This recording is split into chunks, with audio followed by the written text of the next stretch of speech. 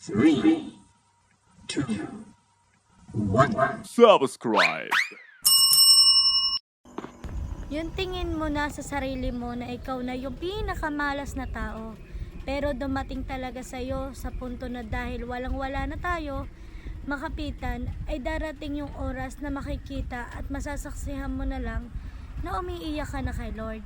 Yung tipong ikaw nang hihingi ng tulong at sa hindi mo inaasahan, may gagamitin si Lord na isang tao o bagay na alam niyang sasagot sa lahat ng wala sa'yo o nawala sa'yo.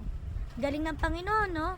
Ang Panginoon ang palaging may gagamitin na instrumento upang bumangon ka sa anumang meron ka.